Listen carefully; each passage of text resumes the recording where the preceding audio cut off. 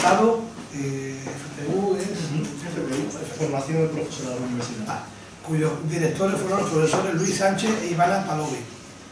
Adrián fue Physical Student en la Universidad de Oxford en el grupo del profesor Desmond Hart, para especializarse en la síntesis y caracterización de hidróxidos dobles laminares fotocatalíticos.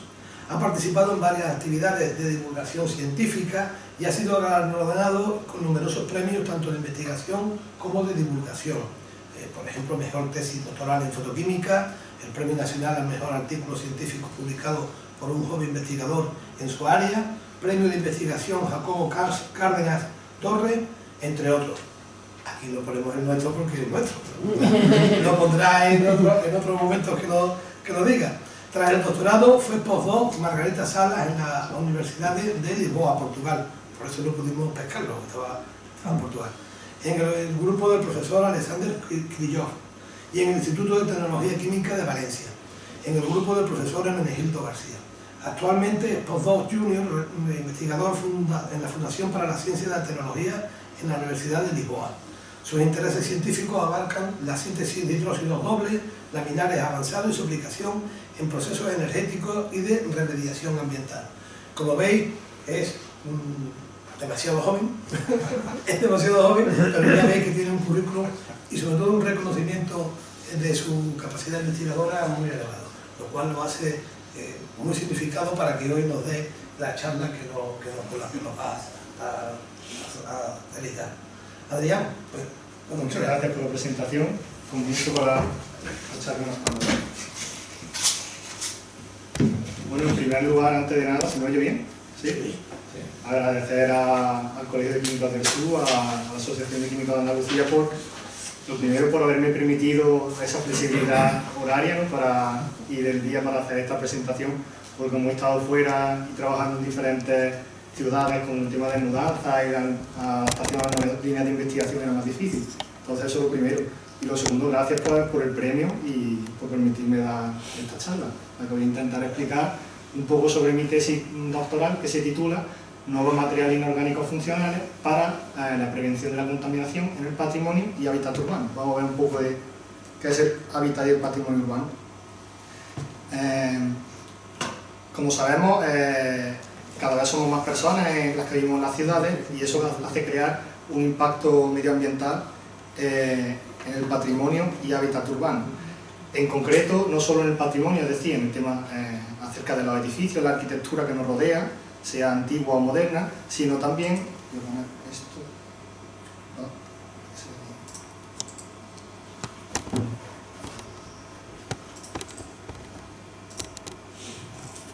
para que se vea el puntero. Aquí. Y también la habitabilidad del ambiente urbano, es decir, de los ciudadanos que viven en él. ¿Sí? Sí, sí, ¿queréis? Hagamos un anuncio, por lo menos la de aquí. ¿Por lo menos alguna? ¿Eso? Sí, perfecto. Aquí lo que se gradúa.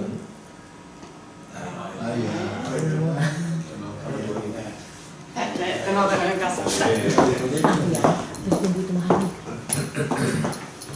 Sí, para que se mueva mejor. Además, la prevención de del patrimonio cultural en los ambientes urbanos está justificado no solo por su valor económico, sino también por el valor histórico cultural que tiene en él. Pero el problema es que todos los materiales del patrimonio urbano sufren diferentes alteraciones químicas, geoquímicas y necesitamos protegerlos debido también a la alta diversidad de materiales que forman el patrimonio urbano en la arquitectura. Para ello existen diferentes leyes en el sobre el patrimonio urbano que legislan sobre su prevención y las posibles causas y metodologías para hacer posible su restauración en caso necesario. Los agentes ambientales, junto con la contaminación atmosférica, crean diferentes grietas, huecos y fisuras en los materiales que forman el patrimonio urbano, el material petro del patrimonio urbano, de tal manera que crece una contaminación microbiana que produce efectos negativos, diferentes efectos negativos en esos materiales. Por tanto, al objeto de proteger estos materiales de la contaminación microbiana, se utilizan diferentes compuestos químicos, que son los llamados biocidas, que son no más que compuestos químicos que tienen la capacidad de eliminar, aniquilar a esos microorganismos, de tal manera que podemos proteger esos materiales. No obstante, aunque existen muchos tipos de compuestos en literatura, solo hay muy pocos que estén diseñados y preparados para la conservación de los materiales que hay, los materiales pétreos en la arquitectura urbana, debido a que deben de cumplir una gran serie de requisitos. Los agentes biocidas, los compuestos químicos que he nombrado antes, se suelen incorporar como en una formulación que se aplica para restaurar esos materiales, siendo los morteros de construcción o morteros de restauración una mezcla de arena, de cal, agua y los aditivos, entre ellos los agentes biocidas, para proceder a su restauración, de tal manera que no crezca esa contaminación microbiana. El problema es que el efecto biocida es de una corta duración, debido a la lisificación de los compuestos activos y a los agentes externos que he nombrado antes. Es por ello que resulta interesante conseguir un sistema de liberación controlada de estos principios activos que ejercen el efecto biocida, para que así el principio activo esté protegido y el efecto biocida dure mucho más tiempo. Además de la protección de los materiales pétreos urbanos, en la arquitectura resulta imprescindible la sana habitabilidad del medio urbano, es decir, de sus ciudadanos, que se ve amenazada por la presencia de los contaminantes atmosféricos NOx, óxidos de nitrógeno, que es la suma del monóxido, NO, y del dióxido de nitrógeno, NO2. De tal manera que crean graves efectos negativos tanto en la salud humana como en el medio ambiente y en los materiales pétreos urbanos. Este problema no es solo un problema local, puesto que la nube de contaminación, donde se produce esa emisión de óxido de nitrógeno, puede ser trasladada a lo largo del aire, dándose la paradoja de que muchas veces esa contaminación no tiene por qué darse en el mismo centro urbano donde se produce. Una manera de reducir la concentración directamente desde el aire de los óxidos de nitrógeno es la fotocatálisis. Con este método, los óxidos de nitrógeno se absorben con D en los materiales fotocatalíticos, de tal manera que con la luz del sol se produce una serie de reacciones químicas que hacen que producen la oxidación de los óxidos de nitrógeno hacia nitratos y nitritos, de tal manera que eliminamos la contaminación de la atmósfera urbana. El mecanismo, que se llama proceso DENOX, está basado en el hecho de que los materiales de construcción fotocatalíticos, como pueden ser pinturas, hormigones, cemento, contienen un aditivo en su composición, el fotocatalizador, de tal manera que gracias a la luz solar y a su activación se producen una serie de especies reactivas de oxígeno, las ROS, hidroxilo y superóxido, por ejemplo, que son las responsables finales de la oxidación hacia los nitratos y nitritos. Aunque hay algunos ejemplos de arquitectura urbana con materiales fotocatalíticos, lo cierto es que esta tecnología no tiene un amplio uso extendido en la sociedad. Esto es debido sobre todo a que uno de los aditivos más usados, el óxido de titanio P25, tiene algunas limitaciones, por ejemplo, alto costo en comparación con los materiales que se utilizan en la construcción, mucho más baratos, como el cemento, etc. Solo absorbe en el espectro ultravioleta y en especial tiene una baja selectividad del proceso DENOX. Esto significa que una gran parte del óxido de nitrógeno es oxidado a un intermedio de reacción, el dióxido de nitrógeno, NO2, que es mucho más tóxico que el NO.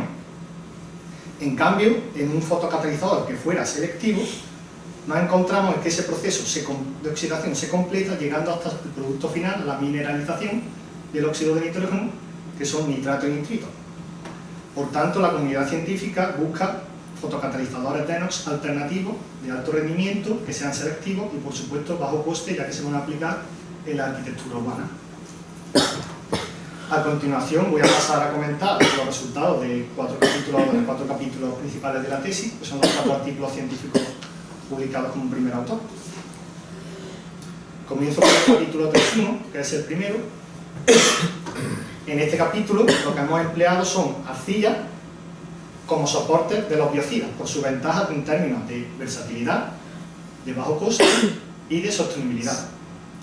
De hecho, las arcillas se han utilizado como sistema de liberación controlada de pesticidas, en herbicidas en la agricultura, pero sin embargo no se había utilizado hasta la fecha de este trabajo en el que realizamos estas arcillas como soporte de liberación controlada de biocidas en los materiales pétreos de los morteros de restauración para proteger los materiales pétreos urbanos. Las arcillas son filosilicatos que forman capas que tienen carga negativa. En el espacio interlaminar, en el espacio entre láminas, tenemos diferentes cationes metálicos que son intercambiables, de tal manera que una de las propiedades que son características de la arcilla son su capacidad de intercambio catiónico, y además, no solo eso, sino que podemos modificar el espacio interlaminar de esas arcillas para transformarlas en organoarcillas, de tal manera que mejoramos la absorción de compuestos con baja capacidad hidrofílica, o que son muy hidrofóbicos, como en el caso de la mayoría de los compuestos biocidas. Entonces, el objetivo de este capítulo fue preparar un mortero de restauración, para lo cual se estudió la absorción del biocida carbendazima, CBZ, sobre diferentes arcillas comerciales. Y se estudiaron las propiedades, se caracterizaron, se estudiaron las propiedades de actividad biocida, y después se hizo lo propio con el mortero de restauración. Las tres arcillas que se han utilizado son comerciales.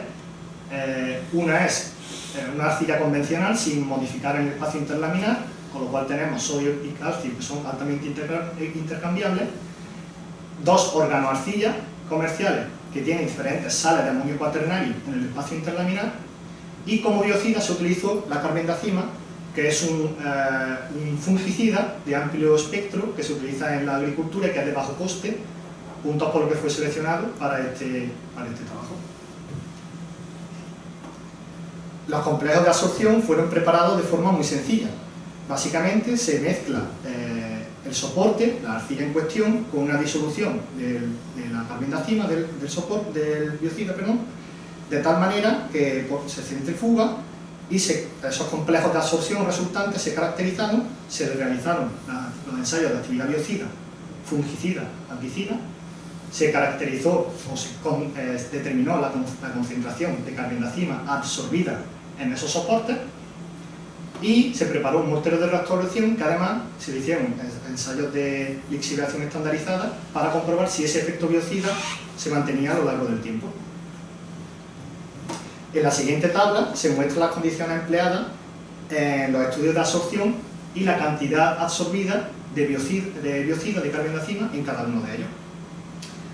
Al estudiar las diferentes relaciones de absorbente-disolución se vio que la relación mejor era aquella que era en torno a 1000, de tal manera que se lograron absorber una cierta cantidad de biocida carbendazima sobre las arcillas Cruisite 10 y Cruisite 20, aquellas que tenían el catión interlaminar, el catión de amonio cuaternario interlaminar, gracias a que a ese pH la carbendazima no tiene carga, y por tanto esas cadenas hidrofóbicas nos ayudan a absorber el biocida. En cambio, a pH 4, la arcilla que logró absorber carbendazima fue la convencional, ya que a ese pH la carbendazima se encuentra cargada positivamente, tiene un pK SUA de 4, y por tanto, por intercambio catiónico, fuimos capaces de absorber la carbendazima. Pero los valores más altos de absorción fueron logrados usando un codisolvente de DMF en lugar de metanol, ya que en ese disolvente la carbendazima es mucho más soluble y por tanto tenemos más moléculas disponibles para que puedan ser potencialmente absorbidas por la arcilla. Además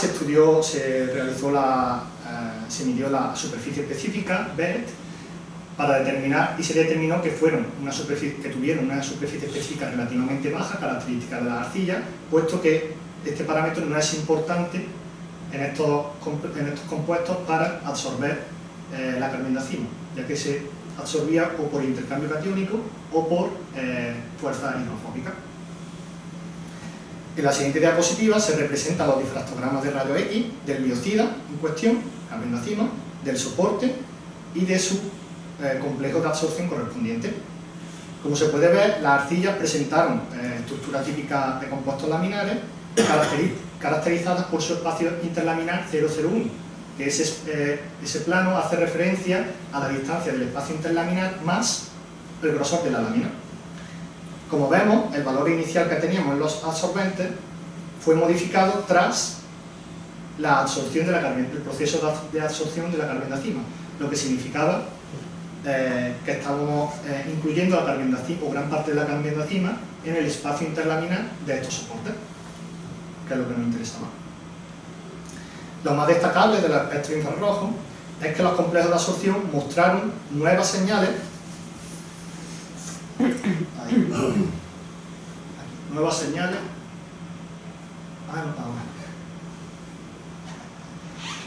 características del grupo amino y del grupo carbonilo de la molécula de la carbendazima, lo que significaba que las moléculas de carbendazima se estaban absorbiendo en estos complejos soportes sin cambiar o modificar su estado químico.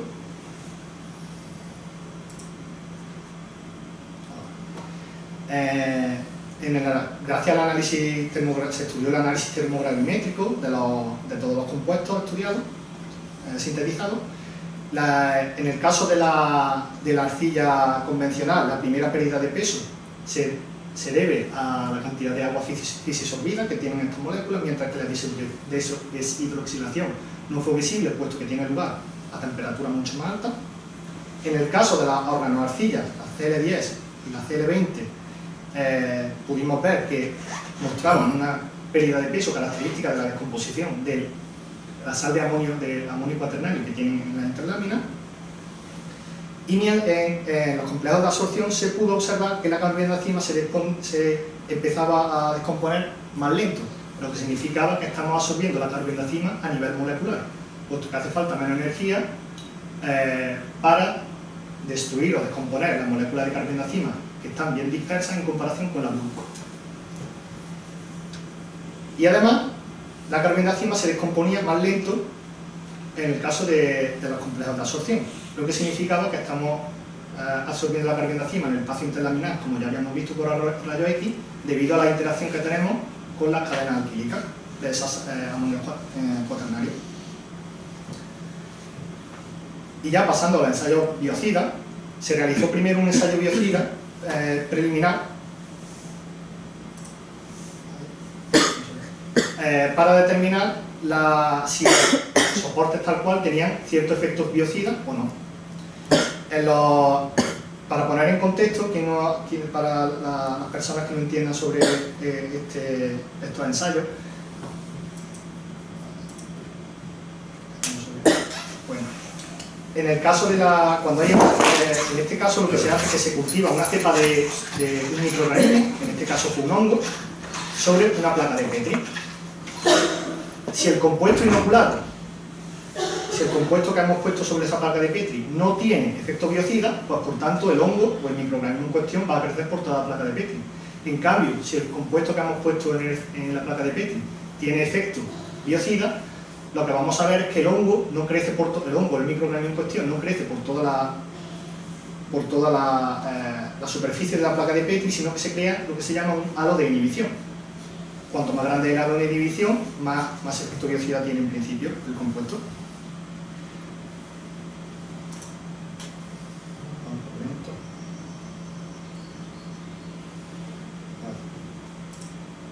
Está cargando.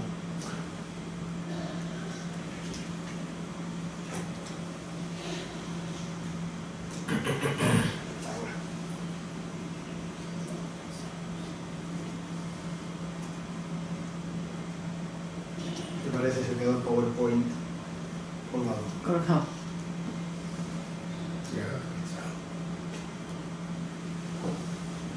Está lleno de bacterias. Sí. Se contamina mortal. Igual hay que empezar otra vez. Muchas veces ¿Sí? cierras el PowerPoint y Voy a cerrar. empiezas Como sé por la diapositiva en la que voy, si es que se queda pensando y no... Ahora me da la opción de cerrar el programa. Cierro el programa y lo vuelvo a abrir, ¿vale? Disculpad. Lo volvemos a abrir.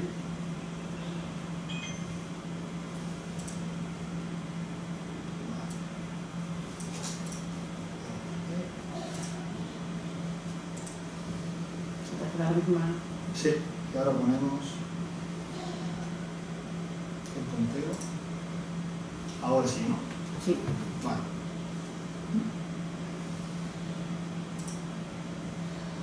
Ahora.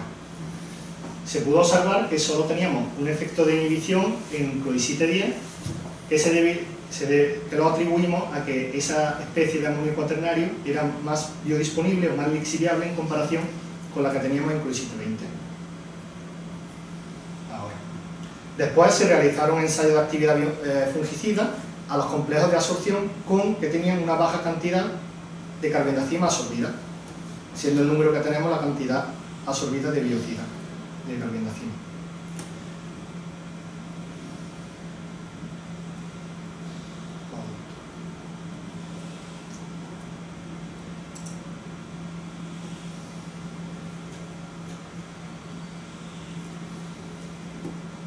Puede ser que sea por los efectos de la diapositiva y otra vez me pone que reinicie. Pues nada. Mira, Sí, sin miedo. estamos familia. Que como tiene muchos efectos, me parece que el ordenador no es capaz de... Sí.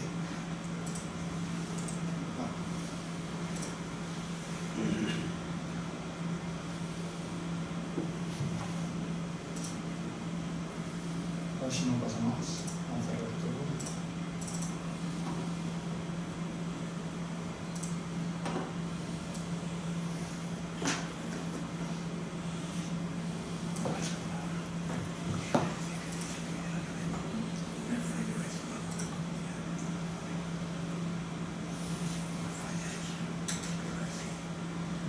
Se queda un poquito lento, pero vamos a seguir. En este caso, los complejos que no mostraron actividad biocida, o solo los que mostraron actividad biocida, fueron aquellos que tuvieron una cantidad de biocida absorbida mayor a 10 miligramos por gramo de soporte. Este efecto fue más notable, como se puede ver, en el halo de inhibición de la muestra SW25.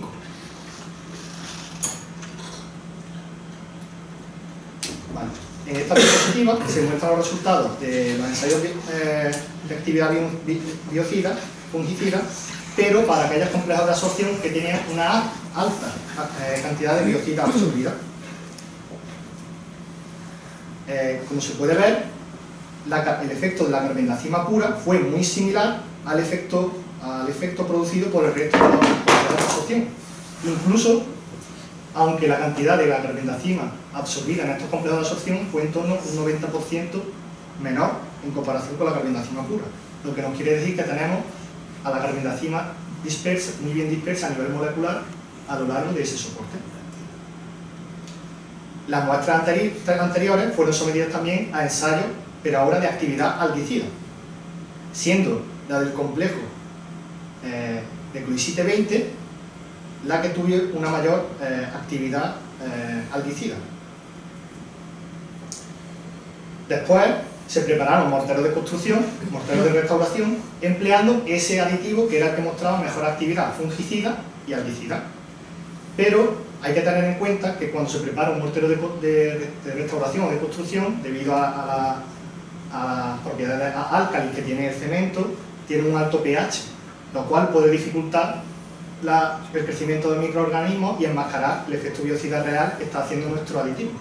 Entonces, en este caso, lo que se hizo, según se había dicho en otro estudio, se hizo un curado previo de un mortero base, un mortero sin aditivado biocida, y se dejó durante diferentes tiempos en una cámara de CO2 para que se carbonatara la superficie, de tal manera que se disminuyera el pH de la superficie del mortero para dejar vía libre a los microorganismos para que pudieran crecer. Y en este caso se vio que si lo poníamos menos de 30 días se creaba un halo de inhibición, con lo cual todos los morteros de restauración, incluso aunque tuvieran el efecto biocida, el aditivado biocida, los dejamos un mes en una cámara de CO2 para que no nos pasase este proceso. Entonces, una vez hecho eso, se prepararon morteros con carbendazima y con el cloisite 20 con carbendazima, al mismo porcentaje, obviamente, de carbendazima para que fueran comparables. En este caso se ve que antes de realizar el ensayo de lixiviación, todos los morteros tenían efecto biocida, fungicida y albicida, siendo de una manera similar, como se puede ver por el círculo que he señalado en color rojo. En cambio, después del test de lixiviación, se pudo observar que había un efecto, que el efecto biocida en el mortero de carbendazima pura fue algo menor en comparación con el de clorisite 2079, lo que atribuimos a una mejor retención de la carbendazima en ese soporte. No obstante, como estos ensayos son visuales, para confirmarlo, se hizo un ensayo de lixiviación estandarizado, el tank test que se llama, durante diferentes tiempos, de cortos tiempos y largos. Y se vio que se midió la carbendazima lixiviada al agua y se comprobó que había en torno a un 18% menos de lixiviación de la carbendazima en ese mortero. Y ahora pasamos al siguiente capítulo, el 3.2. En este caso, lo que se quería era preparar óxido de zinc nanoparticulado sobre la ceniza de la cáscara, sobre la cáscara de arroz, que es un residuo agroindustrial, muy conocido por supuesto en Valencia y en Sevilla, que son los mayores productores de España, de tal manera que se quería crear un fotocatalizador de inox alternativo de bajo coste, usando un residuo agroindustrial. Se utilizaron diferentes procesos, el A y el B, para mezclar la cáscara del arroz con el acetato de zinc, y se estudiaron diferentes tiempos de calcinación, 2 y 4 horas a 600 grados. Para comparar, se hizo lo propio con el acetato de zinc sin incluir la cáscara de arroz.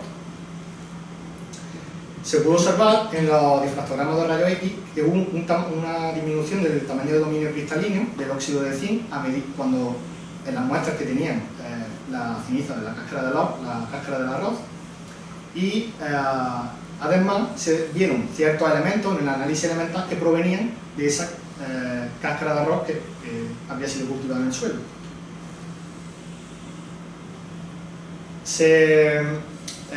Las partículas de óxido de zinc, como se ve en la microfotografía de zinc, crecieron cubriendo el esqueleto de sílice amorfa proveniente de la ceniza de la cáscara del arroz, con diferentes tamaños de partículas nanométricos. Y además, los composites de cáscara de arroz tuvieron más superficie específica en comparación con las muestras que no llevaban cáscara de arroz, debido a ese efecto que crece alrededor del esqueleto. Y además, los composites también mostraron una pequeña disminución en el band gap de las muestras, lo que se atribuye a esa disminución de tamaño de partículas que habíamos visto por SEM y por la difracción de rayos X. Y ahora voy a explicar, antes de nada, cómo se hacen o cómo hicimos los ensayos de descontaminación de óxido de nitrógeno, los ensayos DENOX. Básicamente, bueno, como se ve aquí, lo que hacemos es mezclar óxido de nitrógeno con aire para simular una atmósfera contaminada de una ciudad, y controlamos el flujo. Ese flujo de gas contaminado se manda al fotorreactor, donde dentro tenemos la muestra que queremos determinar si es un buen descontaminante o no.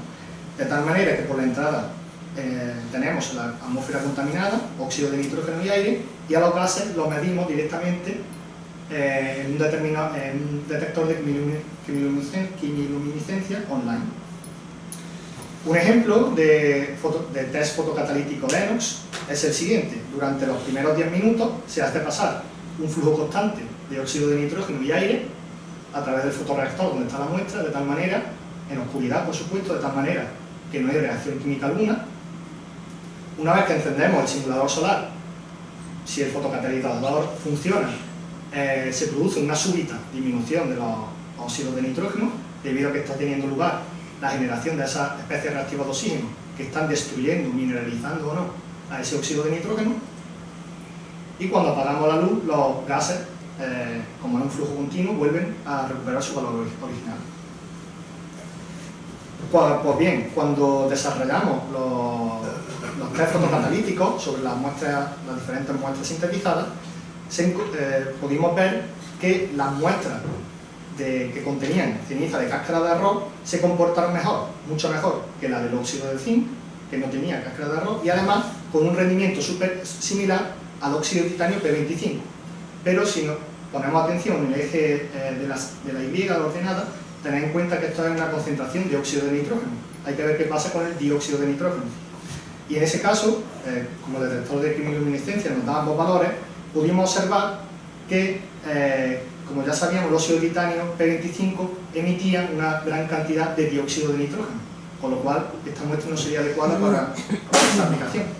De tal manera que en la gráfica de la derecha, cuando representamos la concentración total de NO más NO2, NOx, pudimos ver que las muestras con cascarilla de arroz fueron las mejores y superaron incluso al óxido de titanio P25 comercial.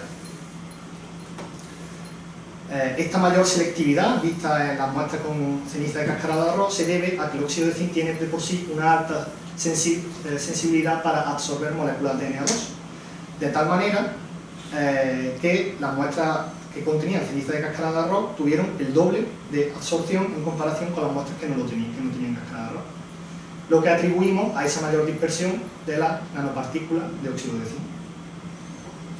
Pues bien, podemos estudiar como ejemplo práctico la aplicación de nuestros fotocatalizadores. En esta gráfica, como ejemplo, se representa la concentración de óxido de nitrógeno, eje de la Y, sobre un día completo, 24 horas, en una ciudad altamente poblada y por tanto con altos índices de contaminación. Podemos ver que a lo largo de la mañana, cuando la gente y la industria comienzan a funcionar y la gente empieza a ir a su lugar de trabajo, tenemos un pico de contaminación y ese pico estaríamos interesados en eliminarlo para proteger a los ciudadanos. En este caso, si hacemos zoom y ponemos encima el ensayo que hicimos con largos tiempos de irradiación, ya no una hora, sino 6 horas, que es lo que dura ese pico de contaminación, vimos que las muestras podían eliminar gran parte de ese pico de contaminación de óxido de nitrógeno. Podemos ver que hay una pequeña pérdida de eficiencia, pero cuando lavamos con agua, lo que sí equivaldría al agua de lluvia o al agua de rocío, esos nitratos son solubles y podríamos recuperar la actividad del fotocatalizador. Paso al capítulo siguiente, al 3.3. En este caso, lo que se hizo fue preparar un fotocatalizador alternativo, DENOX, pero basado en hidróxidos dobles laminares, LDH, basado en los metales zinc, aluminio y hierro.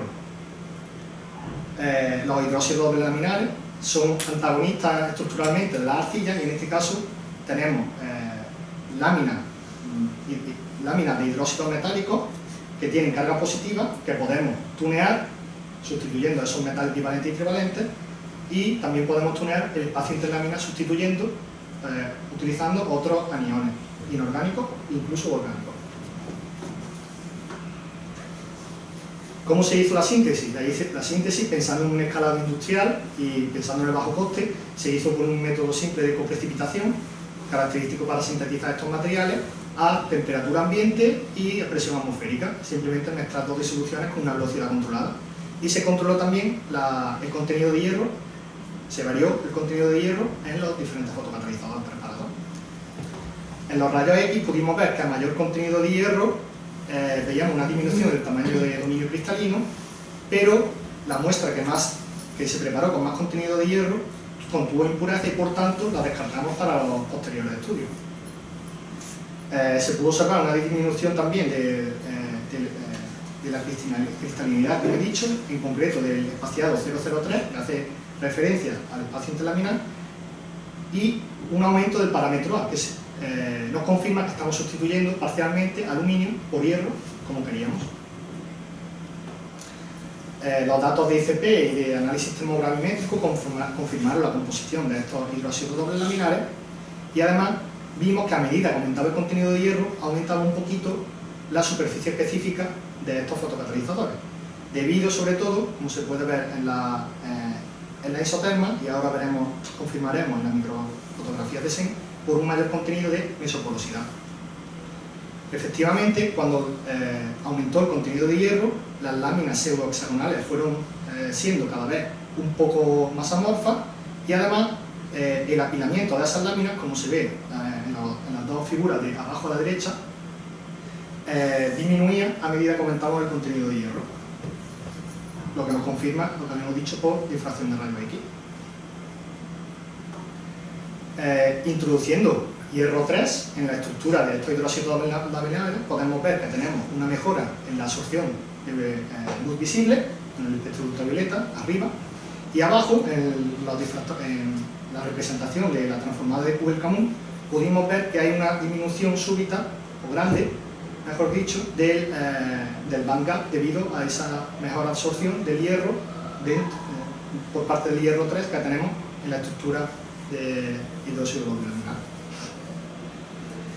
Además, cuando se hicieron los ensayos fotocatalíticos de descontaminación de óxido de nitrógeno, se vio una leve mejoría y una gran mejoría, sobre todo, que es lo que queríamos, bajo irradiación de luz visible, el gráfico de la derecha.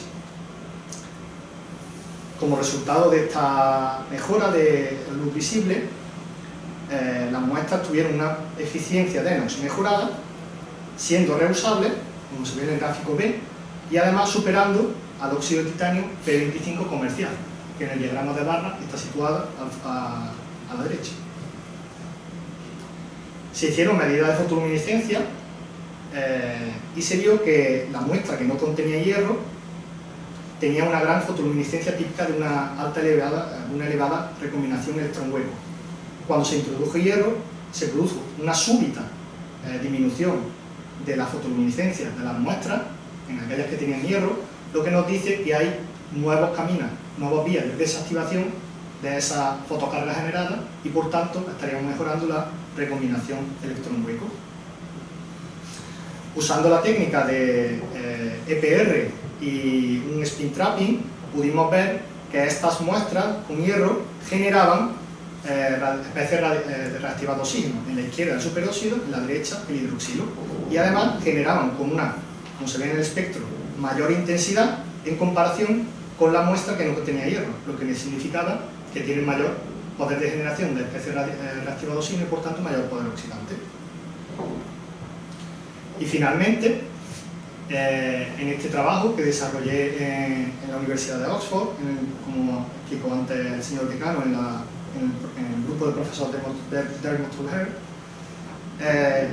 se sintetizaron hidróxidos dobles laminares también como fotocatalizadores de NOx, pero con un método alternativo.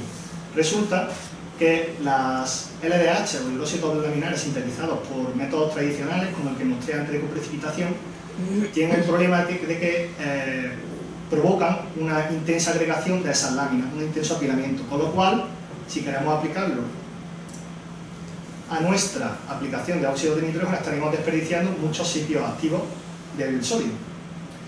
En cambio, en el método diseñado por el profesor Dermot Tulher y su grupo, se pueden sintetizar LDH frescas por el mismo método de coprecipitación y tras hacer un tratamiento que se llama AMOST, Aqueous Miscible Organic Solvent Treatment, se producen LDH con una alta dispersión laminar, como se ve de forma esquemática en el gráfico derecho. De tal manera que nuestra hipótesis era que aplicando este método, en principio tendríamos mucho más sitios activos disponibles para reaccionar con las moléculas reactantes. Y por tanto, en este trabajo se aplicó esa metodología AMOST a un hidróxido doble laminar, nunca aplicado esta aplicación, basado en níquel y titanio, y se estudió tanto el efecto que podría provocar en ese método la relación metálica de níquel-titanio, la temperatura del método y el tiempo de redispersión. ¿Cómo se hizo el experimento? Como he dicho, ¿cómo se prepararon las muestras? Se hizo una precipitación convencional con tiempo controlado y cuando queríamos sintetizar la LDH convencional, pues simplemente la lavábamos con agua. Y si queríamos la LDH con este nuevo método, AMOST, pues lo que se hacía es que se hace un proceso de lavado y redispersión y vuelta a lavar en un disolvente miscible con el agua, de ahí el nombre del método, que en nuestro caso fue etanol por motivos siendo que es uno de los disolventes orgánicos que tiene menos problemas de toxicidad. Pues bien, en los difractogramas de rayos X se puede ver que tenemos la estructura típica, característica de los hidróxidos dobles laminares, siendo el carbonato el anión interlaminar. Tras aplicar el AMOST, pudimos ver que hubo un aumento en el espacio D003, espacio interlaminar de estas muestras, probablemente por la inserción de moléculas de etanol en el espacio interlaminar. Y además, si nos fijamos en el tamaño de dominio cristalino en el eje C, que es ese que nos dice el grado de apilamiento de la lámina, podemos ver que el menor apilamiento en principio fue logrado para las muestras E6, etanol 6, es decir, aquellas que fueron redispersadas 6 horas, con lo cual estas muestras en principio parecería que son las que tienen menor grado de apilamiento y por tanto mayor grado de dispersión laminar. En los difractogramas de infrarrojo, en principio fueron característicos, podemos observar las vibraciones características de estos compuestos, pero observamos ciertas vibraciones que, tras hacer diferentes pruebas, vimos que no se correspondían con impurezas, sino que era efectivamente que teníamos moléculas de etanol cambiando un poquito la vibración, porque ya que está debido a que ese etanol se encontraba en el espacio interlaminar, con lo cual nos confirmaba de que las muestras E6 en particular contenían mayor cantidad de etanol.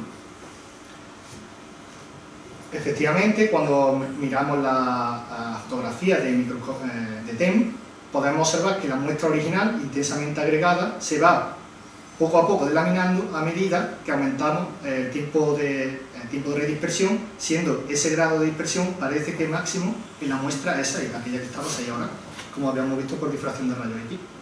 Efectivamente, lo que está ocurriendo aquí, lo que está ocurriendo en este método, que ya está reportado y demostrado por aquí, es que las moléculas de etanol sustituyen parcialmente a las moléculas de agua interlaminar de ese hidróxido doble laminar, de tal manera que se rompen, se disminuye la fuerza de interacción de los enlaces de hidrógeno entre las láminas y los aniones interlaminares, de tal manera que se produce una mayor dispersión, un menor apilamiento de esa nanolámina. Se observa también muy bien en la isoterma de absorción de nitrógeno, de absorción y desorción. En el caso de la muestra convencional teníamos una isoterma típica del material agregado que cambia a materiales laminares cuando le hacemos el método Amos.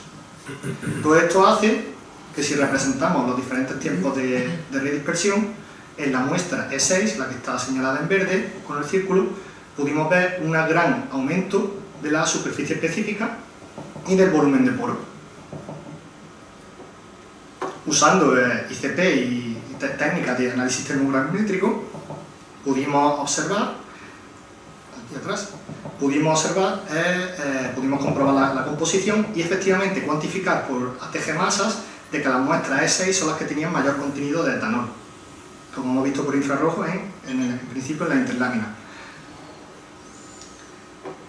Cuando decimos el aspecto de ultravioleta visible, podemos ver las bandas características de níquel y titanio insertadas en estos hidróxidos doble laminares, y además se produjo un aumento del band gap de unos 0,4 electronvoltios para las muestras deslaminadas, lo que significa que estamos aumentando el band gap a medida que disminuimos el número de láminas en ese material nanolaminar.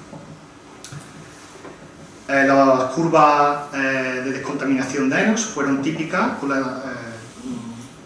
como las que expliqué antes en el capítulo 2.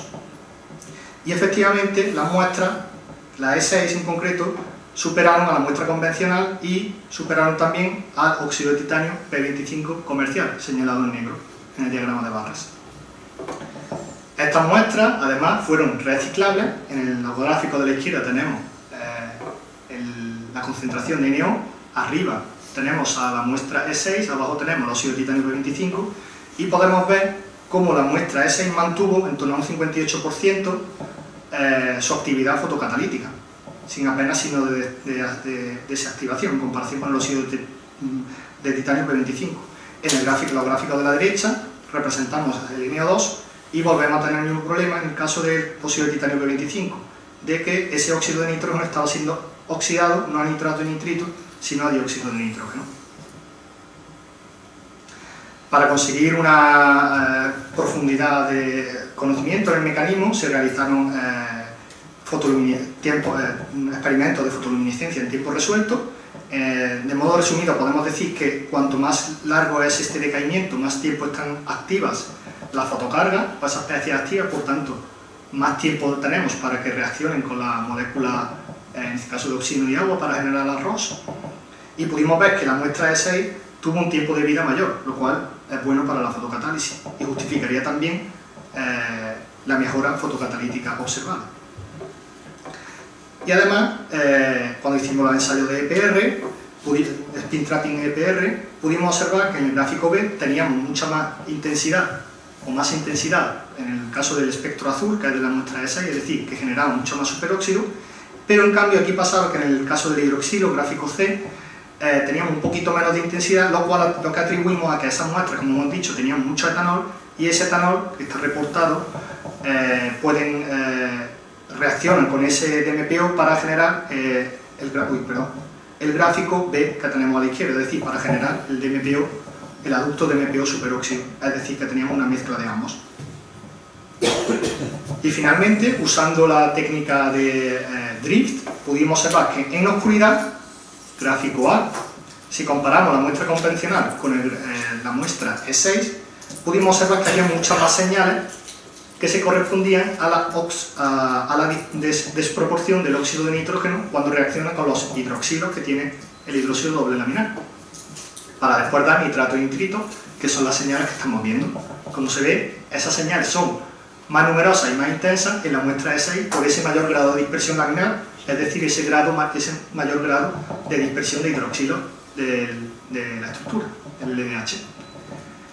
Cuando encendimos la luz y hacemos la reacción de Enox bajo la luz, a la vez que hacemos el drift in situ, pudimos observar que en el caso de la E6 aparecieron mayor número de señales en comparación con la muestra convencional, y además aparecieron nuevas señales debido a nitrato y nitrito, que son debidas a ese proceso fotocatalítico de que el NO está siendo oxidado hacia nitrato y nitrito, y como vemos son más abundantes, más intensas en comparación con la muestra convencional, por la justificación que hemos visto antes, porque esta muestra, la S, es mucho más activa que la convencional.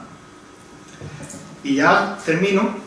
Se publicaron otros resultados que obviamente no darían tiempo a comentar, basados en hidróxidos dobles laminares o en otros óxidos, pero siempre con el punto de vista fijo en síntesis sencilla y materiales que no sean críticos o elementos que no sean críticos, que sean baratos, puesto que queremos aplicarlo a escala industrial y a un escalado mayor, y una patente relacionada también con estas aplicaciones. Y ya tengo que terminar, daros las gracias, lo primero a vosotros, a los asistentes, por supuesto de nuevo al Colegio de Químicos y ACA, y por supuesto a los directores de tesis, a mis compañeros de trabajo, y siempre que se me olvida muchas veces, pero a las agencias que han permitido, a las becas, contratos, ministerio, a las becas de la UCO, etcétera, que han permitido hacer estas estancias y han permitido hacer el trabajo que de otro modo no hubiera sido posible. Muchas gracias.